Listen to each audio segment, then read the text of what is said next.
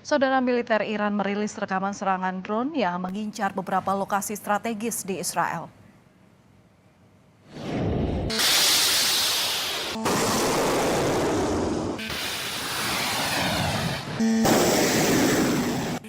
Serangan ini menggunakan amunisi jelajah yang menargetkan pusat strategis perang elektronik dan radar yang berada di kota pelabuhan Haifa. Selain itu, fasilitas penyimpanan bahan bakar di pangkalan udara Ben Gurion juga jadi target serangan. Israel mengklaim telah mendeteksi serangan itu dan sistem pertahanan udaranya secara aktif berupaya mencegah ancaman tersebut.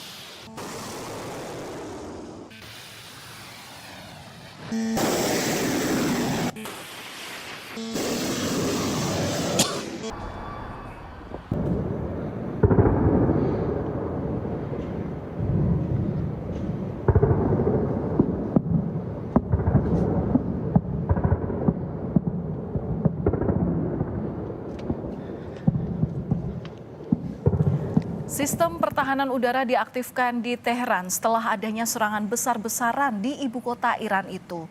Media pemerintah mengutip Kementerian Energi Iran yang mengatakan bahwa listrik padam di Teheran dan Provinsi Al-Borz setelah serangan terhadap fasilitas listrik. Pecahan proyektil menghantam menara listrik tegangan tinggi di Al-Borz yang menyebabkan pemadaman.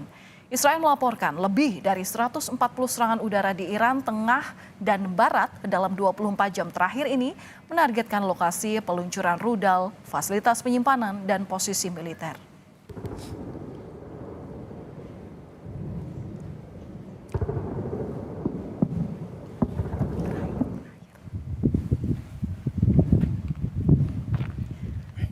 Media Iran melaporkan Korps Garda Revolusi Iran menghancurkan 5 pesawat tak berawak Amerika Serikat drone Hermes yang mana hancur usai digagalkan pasukan Iran. Puing drone Hermes Amerika Serikat ini mulai dari rangka, baling-baling hingga serpihan kabel pun dikumpulkan. Sehari sebelumnya Press TV juga merilis rekaman saat Iran menembak jatuh drone Amerika Serikat di wilayah Fars.